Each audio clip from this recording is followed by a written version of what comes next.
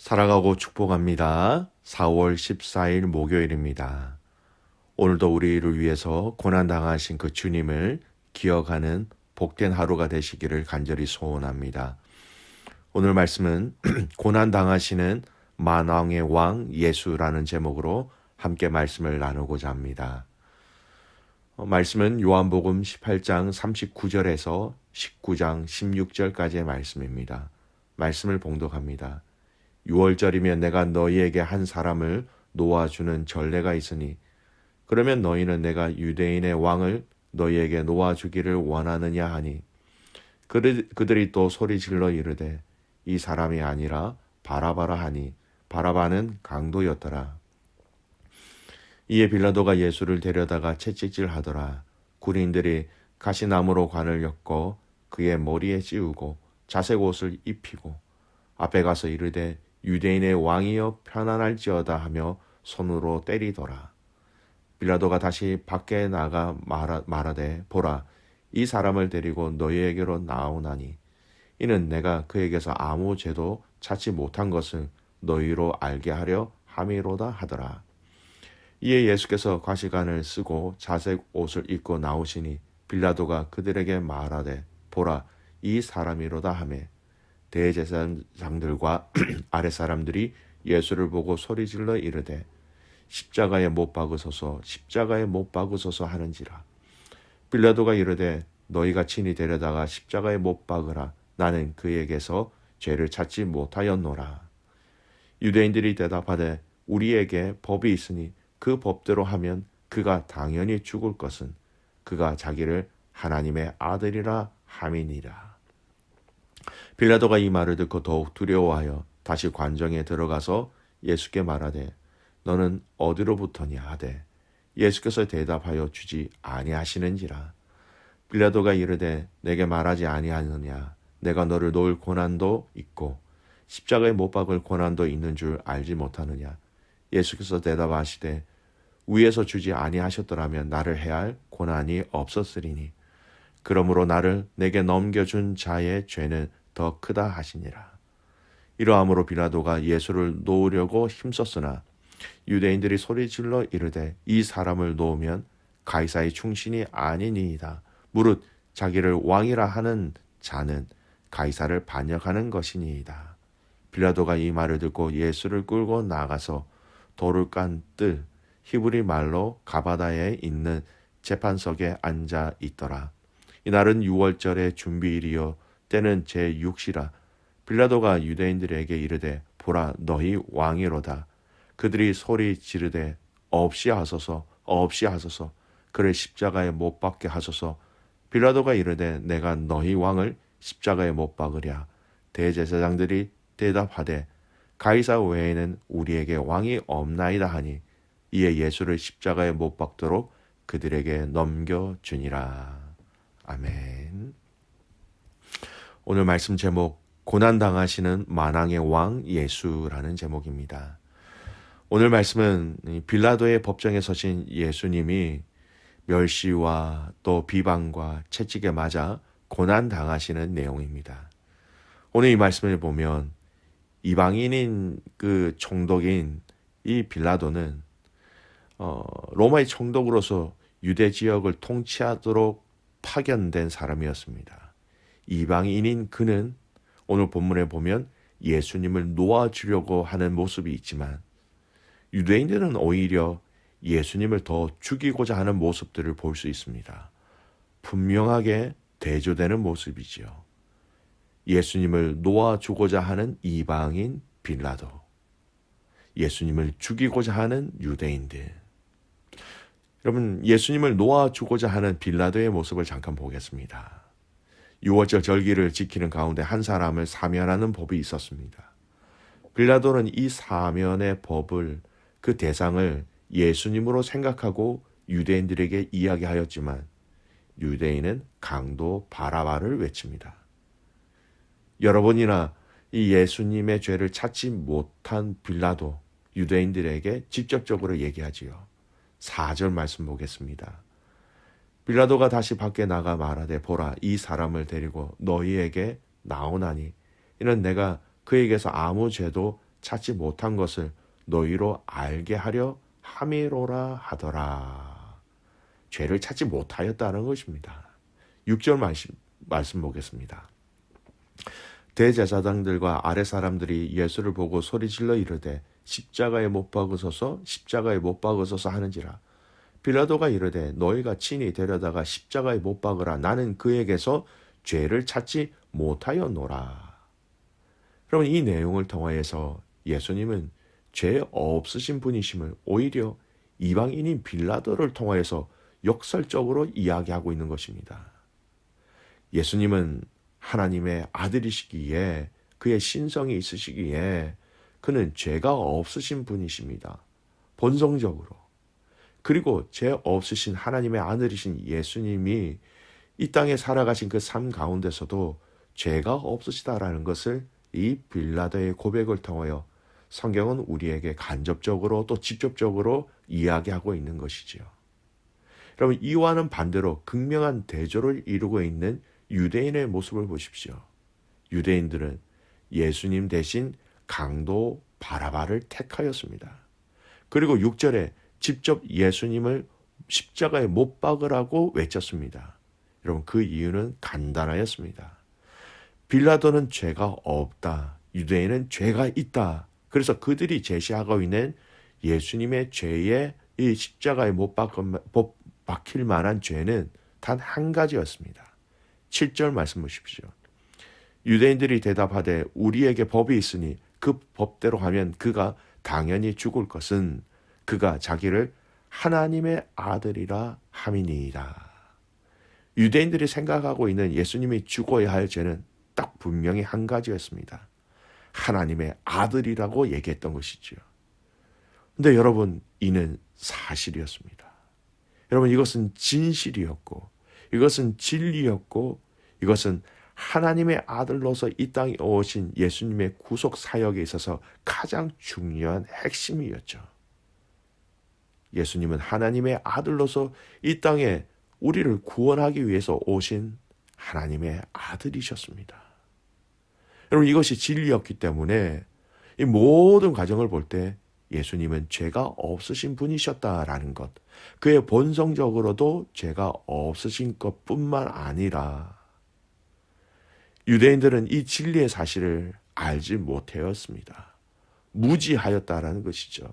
그래서 예수님을 십자가에 못 박으라고, 죽이라고 그렇게 외쳤던 것입니다. 하나님의 아들이라고 말씀하신 것이 진실이었고 진리였고 사실이었기 때문에 예수님의 죄가 없다라는 것이죠. 믿음의 가족 여러분, 구약의 제사를 드릴 때 대속 제물의 조건들을 생각해 보십시오. 흠 없는 제물이어야 했습니다. 예수님은 우리의 죄를 사해 주시기 위해서 그는 죄가 없으셔야 하고 또 죄 없으신 예수님 당신께서 우리 죄를 위한 대속 제물이 되어 주실 수 있으셨던 것입니다. 이 고난 주간에 우리는 죄 없으신, 흠 없으신 그 주님이 우리의 죄를 대속하시기 위하여 죽으셨다라는 이 귀한 진리가 여러분 마음에 잘 박힌 못처럼 단단하게 고정되어 있기를 간절히 소원합니다. 두 번째, 오늘 말씀을 통해서 예수님이 당하신 고난을 좀 보겠습니다. 먼저 1절을 말씀해 보면 채찍질입니다. 육체의 고통을 당하셨지요.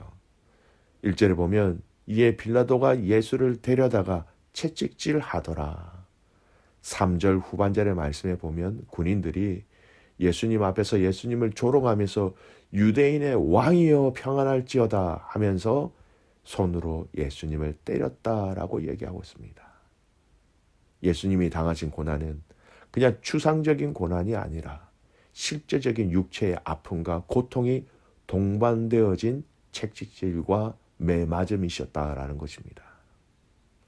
두 번째, 예수님이 당하신 고난을 보겠습니다. 2절과 3절 말씀. 군인들이 가시나무로 관을 엮어 그의 머리에 씌우고 자색 옷을 입히고 앞에 가서 이르되 유대인의 왕이여 편안할지어다 하며 손으로 때리더니. 여러분, 유대인의 왕이라는 이 말에 로마 군인들은 예수님을 조롱하고 있었던 것입니다. 나중에 십자가 위에 편말에 무엇이라고 썼습니까? 유대인의 왕이라고 예수님을 조롱하고 비방하는 행위였습니다. 머리에 가시나무로 관을 만들었다라는 것은요, 왕이 쓰는 왕관을 그 왕관 대신 가시나무로 만들어 예수님의 머리에 씌운 것은 바로 조롱하고 멸시하는 것이었습니다. 그리고 또한 자색 옷을 입혔습니다. 여러분, 그 당시 자주색으로 만들어진 코트는 당시 로마 황제가 입던 옷이었습니다. 일반인들이 입어서는 안 되는 옷이었습니다. 그러나 군인들은 자칭 왕이라고 하는 예수님을 조롱하기 위해서 황제의 옷, 왕의 옷을 상징하는 이 자색 옷을 입혔던 것이지요. 오늘 예수님께서 당하신 이 육체의 고통, 또 비방과 멸시의 이 모습을 여러분, 우리는 그냥 봐서는 안 됩니다. 그냥 예수님이 고난을 당하시는구나, 예수님이 매를 맞으시는구나, 예수님이 채찍질을 당하시는구나, 예수님이 사람들에게 조롱거리가 되셨구나, 여러분, 이렇게 봐서는 안 됩니다. 여러분, 이 모든 것이 죄로 인하여 우리가 당하게 될 고난과 비난과 조롱이었다는 것을 알아야 하지요. 육체의 고통, 채찍질, 손으로 때리는 것, 사람들 앞에서의 비방과 조롱을 인하여 느꼈던 그 모든 수치심과 그 모든 부끄러움, 우리가 당해야 될 것이었습니다. 이사야 53장 4절에서 5절 말씀은 이 내용을 이렇게 잘 설명하고 있습니다. 그는 실로 우리의 질고를 지고 우리의 슬픔을 당하였거늘 우리는 생각하기를 그는 징벌을 받아 하나님께 맞으며 고난을 당한다 하였노라. 그가 찔림은 우리의 허물 때문이요 그가 상함은 우리의 죄악 때문이라.